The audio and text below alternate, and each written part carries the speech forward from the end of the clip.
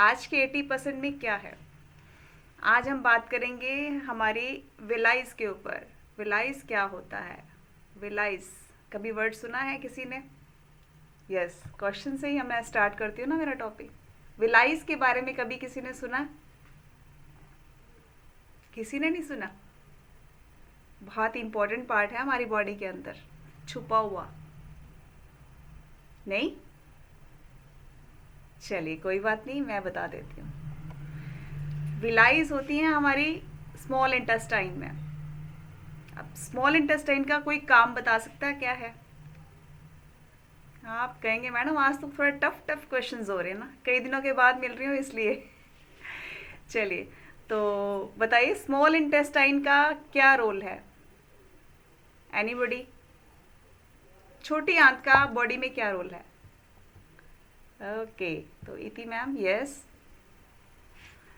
Ma'am, खाना पचाने का काम होता है। वाह, कि हमारे खाने को सड़ने ना दे और वो पचाए। वाह, जबरदस्त रिप्लाई, बहुत बढ़िया, बहुत अच्छे इति मैम। तो आप टॉपिक बड़े ध्यान से सुनते हैं, आप समझ में आ रहा है मुझे। चलिए थैंक यू वेरी मच। तो खाना हमारे मुंह के अंदर जाता है तो कैसे प्रोसेसिंग होती है उसकी? हमारे जो मुंह की लार है उसके साथ मिक्स होके उसको लिक्विड फॉर्म बनाती है, राइट? तो अगर हमारा वहाँ से ही प्रोसेसिंग रोंग हो जाएगा तो आगे जाके, तो फिर जब स्टार्ट ही रोंग होगा तो आगे जाके सब रोंग होने वाला है, राइट?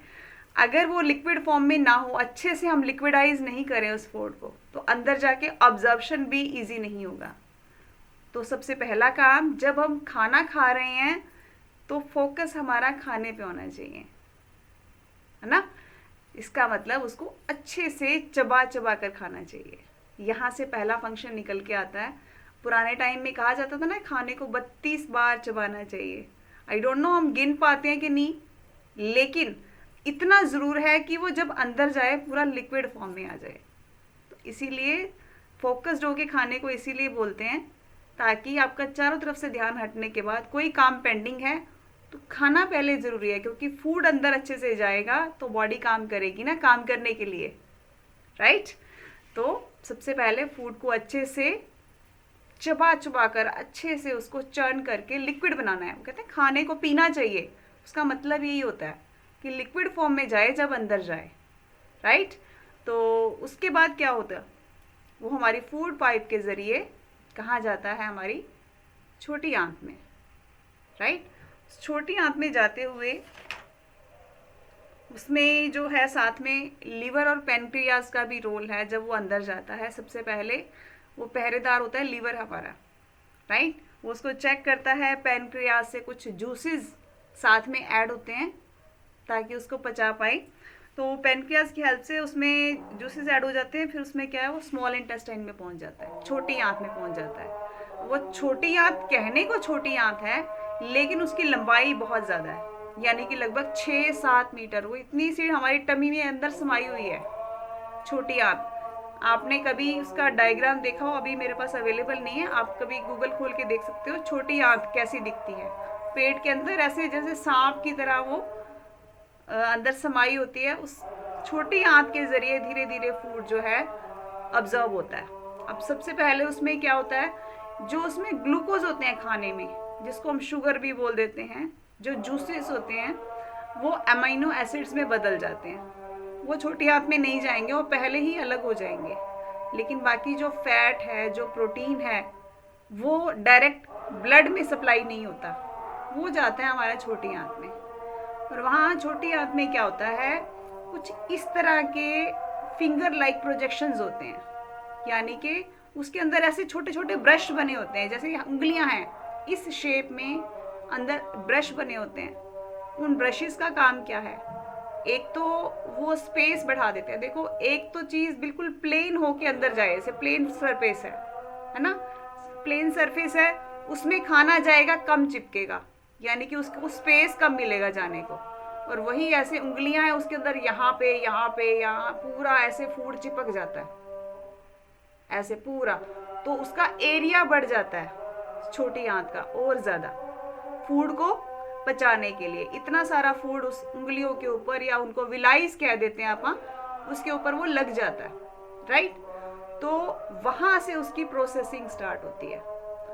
अब अगर हमने हमारे बैड लाइफस्टाइल की वजह से, हमारी ईटिंग हैबिट्स की वजह से, हमारे गलत खान पान के तरीके से वजह से वो उंगलियां क्या होती है, मुरझा जाती हैं टाइम बाय टाइम। आपने कभी टूथब्रश देखा है जब वो पुराना हो जाता है तो कैसा दिखता है? वो उसके ब्रिसल्स जो हैं वो कोई मुड़ जाता है, कोई छोटा हो जाता है, कोई कैसा हो जाता है। सेम वही, अगर हमने अपने खाने की आदतों में गड़बड़ कर रखी है, बहुत पहले से चली आ रही है, गलत खान पान की वजह से, गलत लाइफस्टाइल की वजह से, तो विलाइज बेचारी मुरझा जाती हैं। वो खाने को अच्छे से अपने अंदर चिपका नहीं पाती, उसकी प्रोसेसिंग नहीं कर पाती। राइट? तो अब आप समझ जाइए कि भगवान ने कितना सुंदर सिस्टम बनाया है और हम क्या करते हैं, उस सिस्टम का मिसयूज कर रहे होते हैं अपनी जीभ के चक्कर में। एक गुलाब जामुन का क्या है, छोटा सा तो है ना। एक बर्गर का क्या है, भूख लगी है और कुछ दिख नहीं रहा तो सीधा बर्गर जाएगा अंदर। पिज्ज़ा तो बहुत टेस्टी होता है, उसको तो खाना ही चाहिए ना। खा तो लेते हैं वो अपनी छोटी सी 1.5 इंच की जो टेस्टी टंग के लिए, लेकिन वो अंदर जाके सिस्टम को कितना खराब कर देते हैं। अब समझ में आ रहा होगा हमें। तो इसीलिए बहुत सारे लोग हम में से ओवर फैट, मतलब उनके अंदर फैट बहुत ज़्यादा होता है, या वो इतने थिन होते हैं, खाते जाते हैं लेकिन बॉडी को कुछ महसूस ही नहीं होता, एनर्जी ही नहीं होती बॉडी के अंदर, इतने पतले दुबले पतले लगते हैं।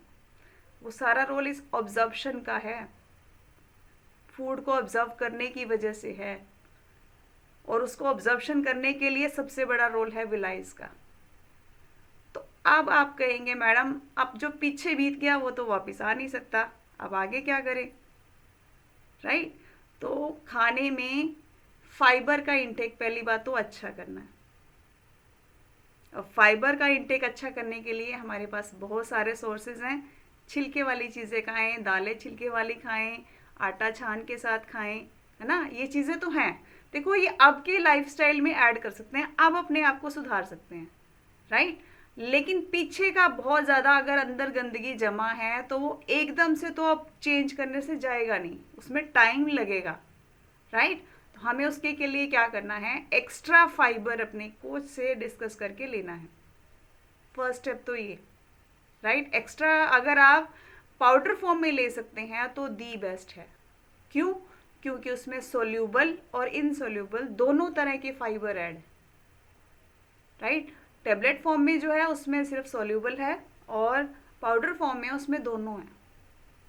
तो दोनों का अपना अपना रोल है। अगर कंप्लीट डाइजेस्टिव सिस्टम को हम अच्छा करना चाहते हैं तो पाउडर फॉर्म में ही ऐड कीजिए। राइट? तो सबसे पहला काम ये करना है। दूसरा, अब हमने फाइबर ऐड कर लिया और पानी अंदर डाल ही नहीं रहे अच्छे से, तो वो क्लीनिंग कैसे होगी? जैसे कपड़े धुलते हैं ना मशीन में, अच्छा बढ़िया से बढ़िया बेस्ट टू बेस्ट हमने डिटर्जेंट पाउडर डाल दिया, लेकिन पानी पूरा डाला नहीं, फिर भी कपड़े साफ नहीं होंगे। राइट? तो फाइबर बढ़िया डाल लिया लेकिन पानी दिया ही नहीं बॉडी को, तो क्लीनिंग नहीं हो पाएगी उस तरीके से। दूसरी चीज़ ये। तीसरा, अब वो बेचारी जो विलाइज मुरझाई हुई हैं पुराने वाली, तो उनको वापस फिर से जिंदा करना है ना, अच्छे से एक्टिव करना है, उनके ब्रिसल्स को अच्छा करना है। तो उसके लिए क्या किया जाए? उसके लिए काम करेंगे हमारे अच्छे अच्छे फूड्स, जैसे कि एंटीऑक्सीडेंट वाले फूड। अब वो कौन से होते हैं? चटक कलर के फ्रूट्स और वेजेस, जैसे अनार है, एंटीऑक्सीडेंट रिच है ना। अब इन दिनों में कच्ची हल्दी आ रही है, एंटीऑक्सीडेंट रिच है। मतलब तीखे कलर वाले जो भी आपके फ्रूट्स और सैलेड्स, मतलब वेजिटेबल्स जो भी आएंगी वो इसमें आएंगी। और उसके लिए बेस्ट ऑप्शन ये है, क्योंकि देखो ये सारी चीज़ें हम लोग ऐड कर लेते हैं, लेकिन आज के टाइम में वो पूरा हक नहीं दे पाते, क्योंकि वो जो है प्योर नहीं है। वो चीज़ें हमारे तक पहुंचती हैं खूब सारे खाद, स्प्रेज एंड जो एनवायरनमेंट के अंदर आजकल जो मिलावट आ रही है उसके बाद पहुंचते हैं, तो उसका पूरा हमें बेनिफिट नहीं मिल पाता। तो आपके कोचेस के पास उन सेल्स को सुधारने के लिए जो हमने बिगाड़े हुए हैं, हमारे पास है सेल एक्टिवेटर। अब सेल एक्टिवेटर जो ले रहे हैं उनका वेट लॉस का जो रिजल्ट